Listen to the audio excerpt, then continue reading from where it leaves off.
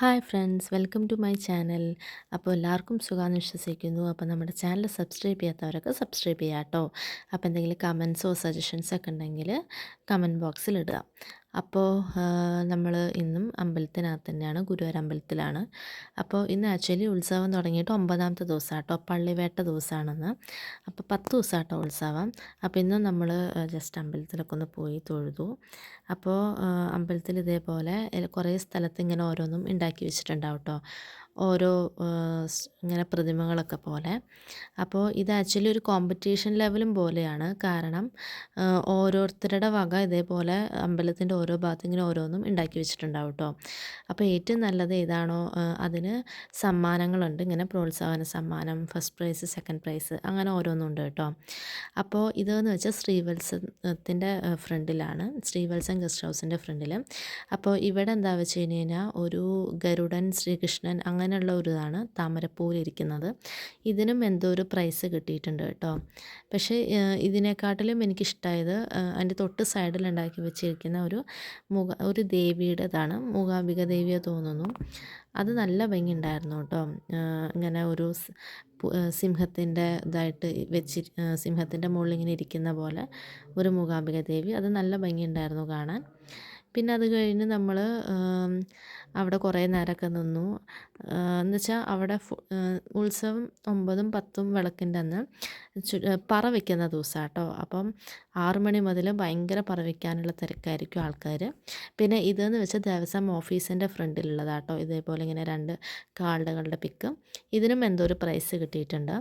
അപ്പോൾ ഞങ്ങൾക്കും ആക്ച്വലി പറ വെപ്പ് ഉണ്ടായിരുന്നു കേട്ടോ. അപ്പം നമ്മൾ വൈകുന്നേരം വന്ന് പറയെല്ലാം വെച്ചു. പിന്നെ അത് കഴിഞ്ഞ് ഇവിടെ എന്താ വെച്ച് കഴിഞ്ഞാൽ ഇങ്ങനെ സീതാദേവി വനവാസത്തിന് വന്ന സമയത്ത് ഇരിക്കുന്ന ഒരു പ്രതിമ പോലെയാട്ടോ ഉണ്ടാക്കി വെച്ചിരിക്കുന്നത്. അതിന് ഹനുമാൻ വന്നിട്ട് ഇങ്ങനെ എന്തോ പറയുന്നത് പോലെ ഉള്ള ഒരു പ്രതിമ പോലെയാട്ടോ ഇവിടെ വെച്ചിട്ടുള്ളത്. ഇത് ആക്ച്വലി മൂവ്മെൻ്റ് ഉണ്ടായിരുന്നു. പിന്നെ ഞാൻ എടുക്കുന്ന സമയത്ത് പെട്ടെന്ന് നിന്നു. പിന്നെ അതിൻ്റെ അടുത്ത് തന്നെ ഇങ്ങനെ ഒരു ഗണപതിയുടെ ഒരു പ്രതിമ പോലെയും ഉണ്ടാക്കി വെച്ചിട്ടുണ്ട് കേട്ടോ.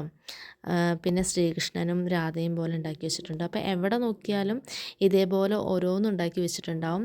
അതിനൊക്കെ അടുത്ത് നമുക്ക് പറ വെച്ചിരിക്കുന്നതും കാണാൻ പറ്റും കേട്ടോ. കാരണം ഇത് 6 മണി കഴിഞ്ഞ് കഴിഞ്ഞാൽ ഇങ്ങനെ വിഗ്രഹം പുറത്ത് ആനയായിട്ട് ഇങ്ങനെ എഴുന്നള്ളിക്കും കേട്ടോ, അമ്പലത്തിന് ചുറ്റും ഒരു തവണ.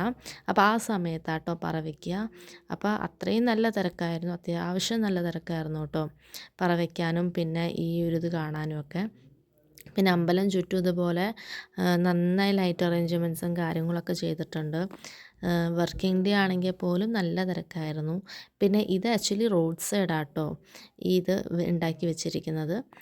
അങ്ങനെ ഞങ്ങൾ ഇതേപോലെ അമ്പലത്തിന് ചുറ്റും ഇങ്ങനെ ഓരോന്നും ഉണ്ടാക്കി വെച്ചിരുന്നത് അതെല്ലാം കണ്ട് കുറേ നേരം നടന്നു.